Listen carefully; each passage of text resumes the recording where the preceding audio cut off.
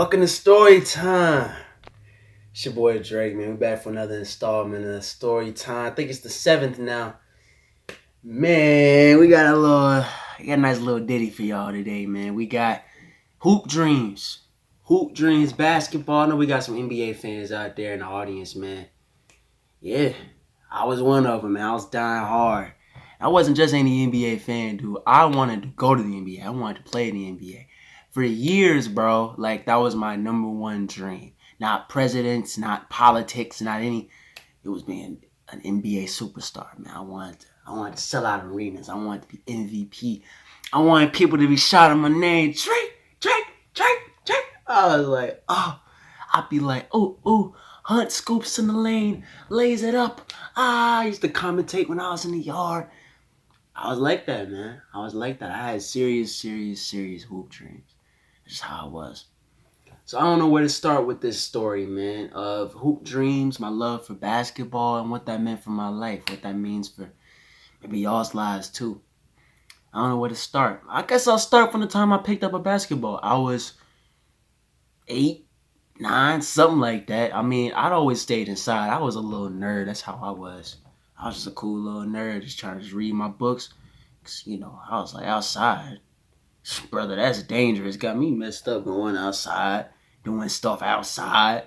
That's danger, cuzzo. Now I'm gonna stay my ass inside, watch TV, read books. It's peaceful and chill. I don't know, man. As I got older, I felt like it was cool to play sports. I feel like all the dudes who got the girls in school were playing basketball. So I was like, okay, I want to get girls, so I'm going to play basketball. That's how I get cool. So I started playing ball, bro. I played in a little church league. Man, when I first started out, bro, I was doo-doo. I was doo-doo. I was hot cheeks, bro. If you know anything about basketball, the goal is to dribble the ball and put it in the hoop. All right? And you got 5 teammates, passing the ball. You got the other 5 playing defense to guard the hoop. All right? That's just the basketball. All right? Now, for me, I wasn't very good. I couldn't really dribble, couldn't really shoot, couldn't really do anything. But, hey, I had heart. I had tenacity. So here's what your boy used to do, man. My pops used to call me a defensive specialist because, your boy used to maul people. On defense, boy, I'd get in them. I ain't play around. You feel me? I ain't play around out there, man. That's how 8-year-old Drake was rocking because I couldn't do anything.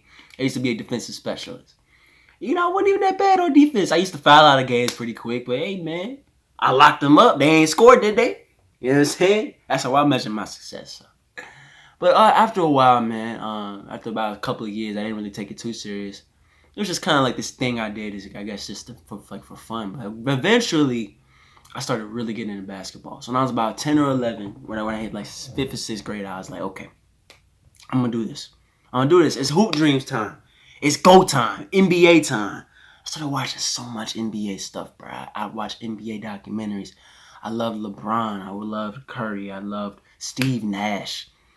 I love Steve Nash so much, bro. Just loved how dope he was. So most of y'all may not even know what I'm talking about. But if you know basketball, you know what I'm talking about. I love Steve Nash. I love Chris Paul. I love the small guards. Because I knew tops I'd be like 6 foot, 6'1". So I had to model my game off of these point guards. They were so cool. They controlled the game. The way they were just dope, man. I loved the way Steve Nash played, Chris Paul played, Steph Curry played, Allen Iverson. I loved all of them. And as if you know what I'm talking about. But if you know, man, small guards who control the game, they're so quick and electrifying, and they find their way and they drive to the basket and creative finishes, beautiful dynamic shots. I loved it. So I would spend my days watching documentaries, watching film, watching every game. Then when I got off from school, I'd go down to the court. Didn't matter. That court was dangerous. I seen a couple of guns pulled down at that court. But it didn't matter to me, man. I was out there hooping. And after a while, the old bucks down at the court used to whoop my ass, man. They used to whoop me, you know what I'm saying? They call me Young Buck. They call me Young Dude. You know what I'm saying? Hey, youngin', come here. Come here, little dude. Come here, little dude. They used to call me that, little man. But after a while, I grew up a little bit, and they were like, oh, okay. At first they were whooping me, and I started whooping them. I started getting better, man. I dedicated myself to it every day.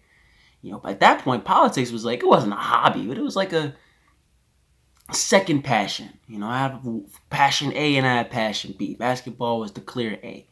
That's how it was for me, man. But then when I got to high school, I reached high school, and you know, and I've been dreaming and hoping about basketball for so long, for years, probably 4 years by now. Get to high school, man, and I go to a great ass school. It's called NMH. And NMH, you can look them up. NMH basketball, they're tough. Now, when I mean tough, I mean good tough. Like, they tough. You know what I'm saying? They tough. They fuego. Like, NMH basketball is legendary around New England and preps basketball across the country. NMH basketball is legendary. They're an Ivy League factory. They're known for sending kids directly to the Ivy League to play ball. That's how it goes. So, you know, NMH basketball, for me, just some kid out of Atlanta who barely made his team. Like, how the hell am I going to compete with that? That's what ended up happening, man. I made the freshman team. I couldn't get off that. I finally got the JV. And then by then, man, I just, you know, it's kind of stopped. It's like, it's like, at some point you realize you kind of have to figure out who you are, what you're good at, you know, but also what you really want to do.